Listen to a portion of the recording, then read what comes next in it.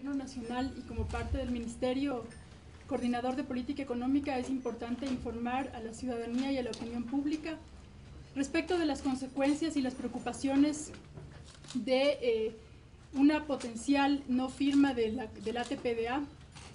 En este marco nosotros creemos totalmente responsable que la ciudadanía conozca de qué se trata y cuáles podrían ser, en este caso, sus repercusiones a nivel macroeconómico como a nivel microeconómico. En este sentido, nosotros hemos realizado un estudio. Nosotros confiamos en primer lugar que el AT-PDA se renueve. Este impasse con el gobierno, en este caso con la embajadora estadounidense, esperamos que no tenga repercusiones en la firma del AT-PDA, pero en el caso de que así sea, nosotros hemos analizado y nos parece pertinente que ustedes conozcan las implicaciones de una potencial no firma del AT-PDA para el Ecuador en términos económicos.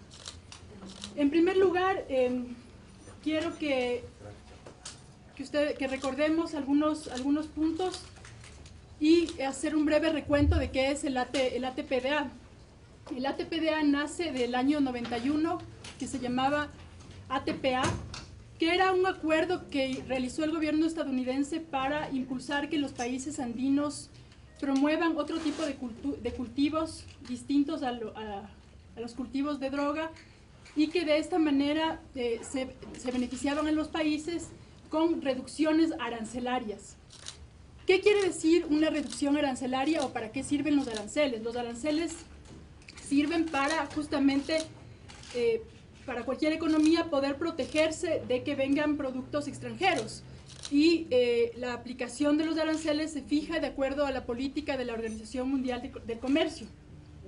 En el caso del ATPA, que después se transformó al AT-PDA en el año 2002, esto implicaba una reducción de aranceles para el caso ecuatoriano, que tuvo una modificación en términos de cómo venía funcionando en el año 91. En el año 2002, esto implicaba que nos hacían de alguna manera una petición de que cumplamos con una lucha antidrogas, cosa que el gobierno ha venido realizándola de forma frontal y como una convicción propia de gobierno. Nosotros hemos dado cumplimiento a este acuerdo del AT-PDA, y es por eso que nosotros somos un gobierno que ha batido récords en términos de captura de droga, y esperamos que se renueve el AT-PDA porque, como les digo, el AT-PDA responde a una política implementada desde el año 91 distinta de lo que está sucediendo en este momento con este impasse diplomático con el gobierno estadounidense. Sin embargo, es importante también, ante estas declaraciones alarmistas que se han suscitado en distintos medios, que la ciudadanía esté informada de qué pasaría en términos económicos en el caso de que no se firme. Les expliqué el tema de los aranceles. El AT-PDA, como les decía, es una reducción que nos hace el gobierno estadounidense en términos de la disminución de aranceles para nuestros productos de exportación. Primer punto importante. En este esquema del AT-PDA, ¿cuántas partidas tenían una reducción de aranceles para el Ecuador? Había 6.300 partidas que tenían una reducción en términos de aranceles. De estas 6.300 partidas, vamos a hacer un análisis de cuántas fueron utilizadas en el año 2010. En el año 2010, el Ecuador hace uso de estas partidas con una reducción arancelaria de 400 partidas, es decir, hacemos uso de menos del 7% del total de partidas que en este caso podíamos haber hecho uso. Primer punto importante. ¿Cuánto representan las exportaciones totales que hacen uso de reducciones arancelarias? Las exportaciones totales en el año 2010 representaron un valor total de 5.865 millones de dólares. De este valor de 5.865 millones de dólares en el año 2010, el 94% es petrolero. El 94% de las exportaciones que tienen una reducción arancelaria es petróleo. ¿Esto qué quiere decir? Que nosotros, en el caso de nuestras exportaciones petroleras a Estados Unidos, vamos a tener que pagar un arancel por la entrada de nuestro petróleo, y esto va a, en este caso, a ser asumido. Nosotros felizmente nos vemos beneficiados por un alto precio del petróleo y por ende esta reducción o este aumento, digamos, en el arancel puede ser asumido sin mayor consecuencia económica. Por lo tanto, en la parte petrolera no tenemos problema. Ahora, de estas 5.000, como yo les decía, 5.865, ¿cuánto es la parte no petrolera que ha suscitado preocupaciones de parte de algunos analistas de opinión? Incluso yo diría que es importante que cuantifiquemos sus efectos para no magnificar, en este caso, los impactos que esto podría generar. Esto representa 355 millones de dólares en la parte no petrolera. Estas serían las exportaciones que tendrían que pagar, en este caso, un arancel para entrar al mercado estadounidense. Pero aquí hay dos estrategias que pueden asumir, en este caso, las empresas. Una de ellas es decir, bueno, de estas 355 millones de dólares, que se sustentan en 437 partidas, esto representa un no pago de aranceles de 21.6 millones de dólares. Estamos hablando, cuando hablamos de las consecuencias o de las preocupaciones en torno a la no firma del ATPDA, estamos hablando de 21.6 millones de dólares. Pero no es solo esto. Petroleras y no petroleras. No petroleras. Son los dos. No petroleras. Lo que les estaba diciendo. Ese es eso es lo que tendría en este caso que pagar por aranceles, pero existen dos estrategias. La primera estrategia es que en este caso las empresas decidan asumir el costo de los aranceles y reducir rentabilidad, con lo cual no habría, digamos, consecuencias a nivel de la demanda de estos productos. En el caso que no decidan asumir, en este caso, una reducción en la rentabilidad, ya vamos a ver cuál es el efecto que puede tener en rentabilidad. Digamos, si tuvieran una reducción de rentabilidad, la rentabilidad pasaría del 28% de los ingresos a una rentabilidad del 27% de los ingresos. Las empresas pueden tomar otra decisión, que en este caso es aumentar el precio, es decir, que el precio va a tener un valor mayor, y por ende los consumidores estadounidenses tendrían que pagar un valor mayor. En este caso, potencialmente podría haber una reducción en la demanda, pero quisiera que quede claro de que estamos hablando de un valor de 21.6 millones de dólares en las exportaciones no petroleras, que en este caso están sometidas al efecto del ATPDA. Esto representa menos del 5% de la balanza comercial total.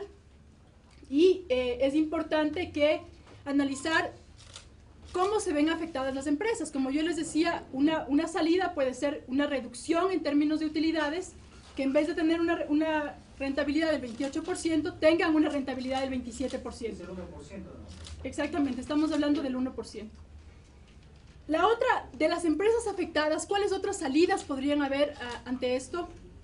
Tenemos que, de las empresas afectadas, las que más se ven afectadas son en este caso 38 empresas con una reducción máxima o con una reducción en términos de sus utilidades de 7%. Es decir, cuando analizamos en detalle cómo esta afectación de 21.6 millones afecta a las empresas, como les decía, la una es que la rentabilidad pasaría del 28 al 27%, y la otra es que tenemos 38 empresas que podrían tener una potencial reducción de 7 puntos en su nivel de utilidad respecto a ingresos. Pero felizmente este grupo de empresas también tienen un alto grado de diversificación de sus mercados, con lo cual podrían también colocar sus productos en otros mercados, no solo en Estados Unidos, y con esto incluso disminuir su vulnerabilidad en términos futuros. Quiero también mencionar algunos elementos fundamentales en términos de que por los compromisos que Estados Unidos asumió en el marco de la OMC, productos tan importantes como banano y como camarón no pagan aranceles al entrar en Estados Unidos. Camarón con 400 millones de dólares no paga arancel en el mercado estadounidense. y estamos hablando de un solo producto que tiene, digamos, un valor mucho mayor que el total de exportaciones que potencialmente se podrían ver afectadas en el caso de la no renovación del ATPDA, que como les decía, estábamos hablando de 355 millones de dólares. Acá hay un tema también importante, y es el hecho de tener claro de que se ha venido trabajando para que los exportadores puedan tener acceso a una línea de crédito a través de la Corporación Financiera Nacional en caso de tener alguna dificultad en ese sentido.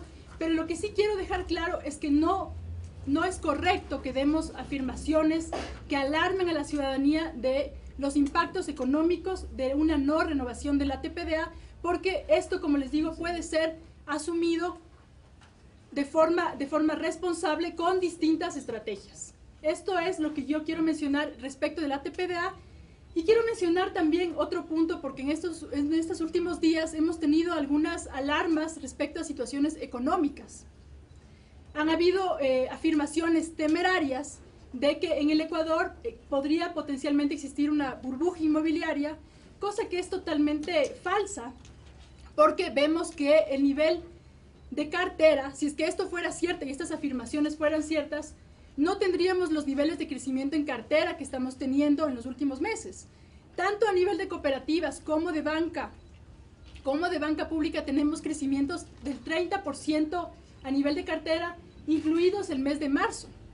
Con lo cual podemos dar cuenta que la situación económica se encuentra en una situación saludable, y estas afirmaciones no dan cuenta de la realidad. Estas son afirmaciones particulares que lo que quieren es alarmar en un contexto político actual, que estamos en una situación, digamos, problemática, cosa que rechazamos totalmente. La situación económica del país es una situación económica sana, saludable, las colocaciones y las captaciones están aumentando, así como también la labor de importantes instituciones como el Servicio de Rentas Internas, que también han venido incrementando en este caso sus niveles de recaudaciones para fortalecer una cultura tributaria tan necesaria en nuestro país.